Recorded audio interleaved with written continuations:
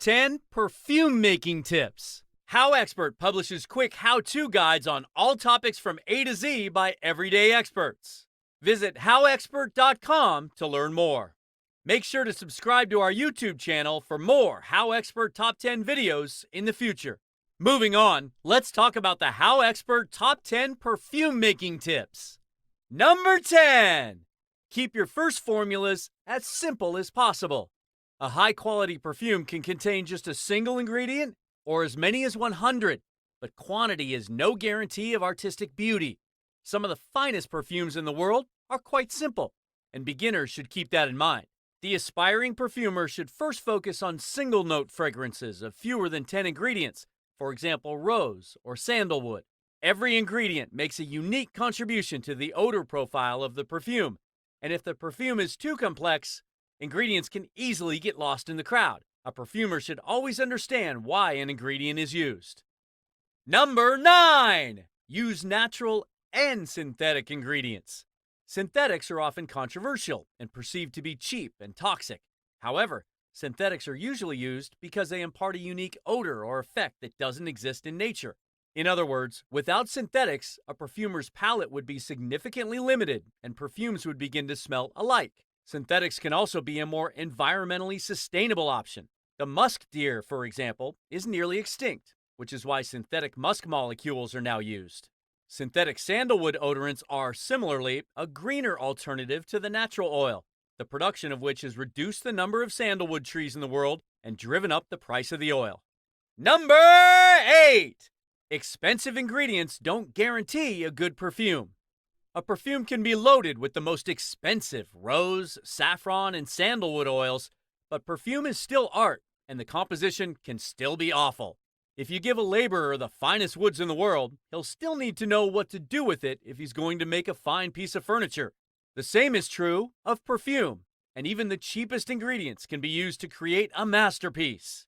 Keep that in mind when choosing raw materials. Number 7. Give an old theme a new twist. In the world of fashion, people generally shy away from styles that are too unfamiliar and aren't generally accepted by the public. That is, people need to at least be somewhat familiar with something before they'll put it on themselves. New perfumes, therefore, generally take a structure that is already accepted and simply add a new twist to that theme. In many cases, the new twist is simply a new synthetic that has a unique odor, thereby combining the old and the new. Number 6. Try to recreate some of the classics. Certain perfumes have stood the test of time. In some cases, they've been around for 100 years. Shalimar and Chanel No. 5 have both been around since the 1920s, which means that their creators probably got something right. Fortunately for us, formulas for some of these are available to the aspiring perfumer, which can easily be found online. While they aren't exact copies of the real thing, they're quite close, and their educational value can't be ignored. Anyone learning perfumery should attempt to recreate a few of the classics, which continue to influence the fragrances of today. Number 5! Good bottles and packaging are important.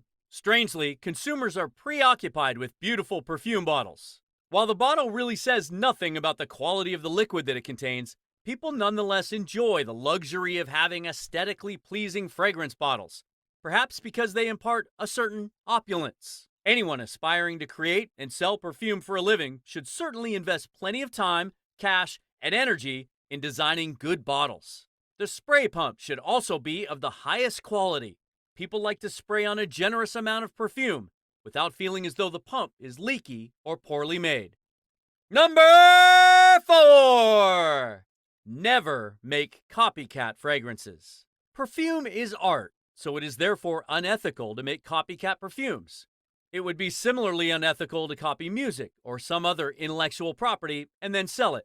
In fact, copying music can easily lead to lawsuits. In principle, the same is true of perfume, although courts around the world tend to vary in their attitudes toward the status of perfume as intellectual property. Be that as it may, a perfumer is an artist, and many months or even years can be invested in the composition of a single perfume. Instead of copying another perfumer's work, it is best to create your own. Number 3! Familiarize yourself with the most common ingredients. In perfumery, certain raw materials are used in one perfume after another. You could say that they're as important as salt, olive oil, and pepper are to cooking.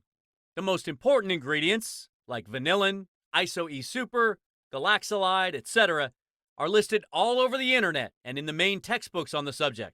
We use them because, in certain respects, they're essential, and it's hard to imagine trying to compose a perfume without them. Number 2! It's all about accords. In cooking, certain ingredients go together harmoniously. Balsamic vinegar, for example, goes really well with tomatoes and fresh mozzarella, forming a nice accord. In perfumery, some of the most famous masterpieces came about when the perfumer discovered an exceptionally unique and beautiful accord. Rose, for instance, happens to blend extremely well with patchouli. Dior Fahrenheit's unique gasoline accord was made possible by combining tonalide, a synthetic musk, and a violet odorant called methyl octane carbonate. The result is something quite different and interesting, which ultimately led to the creation of a classic perfume that has stood the test of time. Pay attention to the successful accords of the past. Number 1! Patience is everything. A famous niche perfumer once said that patience is everything in perfumery. While it is important to gain experience and learn the tricks of the trade, patience is ultimately far more important than knowledge or industry secrets. The perfume industry is secretive by nature, and it's easy to get discouraged and give up. However, I have seen many people succeed because they patiently learn the craft over many years. If you're determined to make good perfumes and you're patient, you can create something beautiful, even without an apprenticeship under a master perfumer. If you liked our video, be sure to click like and subscribe for more HowExpert Top 10 videos for all topics from A to Z in the future. Also, let us know what other topics that you want us to do a HowExpert Top 10 video in the future in the comments below. Thank you, have an amazing day, and take care. HowExpert publishes quick how-to guides on all topics from A to Z by everyday experts. Visit HowExpert.com to learn more.